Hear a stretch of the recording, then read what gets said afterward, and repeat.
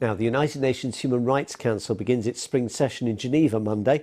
Britain and a core group of countries expected to seek a new resolution calling on Sri Lanka to hold perpetrators of human rights violations to account and deliver justice to victims of the civil war that finally ended in 2009. Tens of thousands of people, most of them from the Tamil minority, were killed in the ethnic conflict.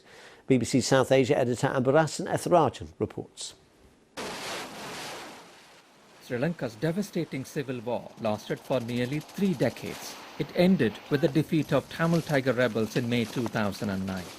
The UN and other agencies estimate that more than 40,000 people, mostly Tamil civilians, were killed in the conflict. Thousands went missing, and the families of those disappeared have held protests demanding answers.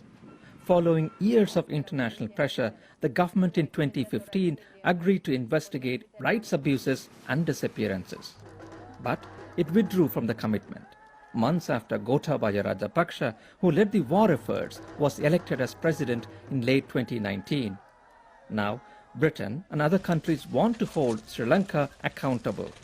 Position of our government, Excellency Gotabaya Rajapaksa's mandate, on which I went to Geneva last year and announced that we would withdraw from the co-sponsored resolution of the core group and then government of the day. We did not have a mandate to get into such engagement under the Constitution. In a scathing report last month, the UN Human Rights Commissioner, Michelle Bachelet, accused the government of backtracking from its promises. Nearly 12 years on from the end of the war, domestic initiatives for accountability and reconciliation have repeatedly failed to produce results, more deeply entrenching impunity and exacerbating victims' distrust in the system. Sri Lanka remains in a state of denial about the past. But the government is defiant.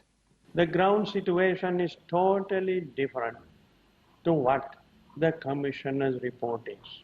That's why Sri Lanka disagreed with her with documents and evidence and detailed reports and answered her draft report, and we politely said that we disagree and we reject. Thousands of people from the minority Tamil, Muslim and Christian communities held a rally earlier this month to highlight their grievances.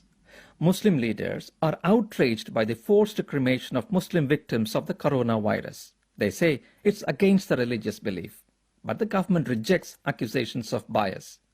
In the coming weeks, Sri Lanka will face intense scrutiny at the UN meeting. Ambarasan Etharajan, BBC News.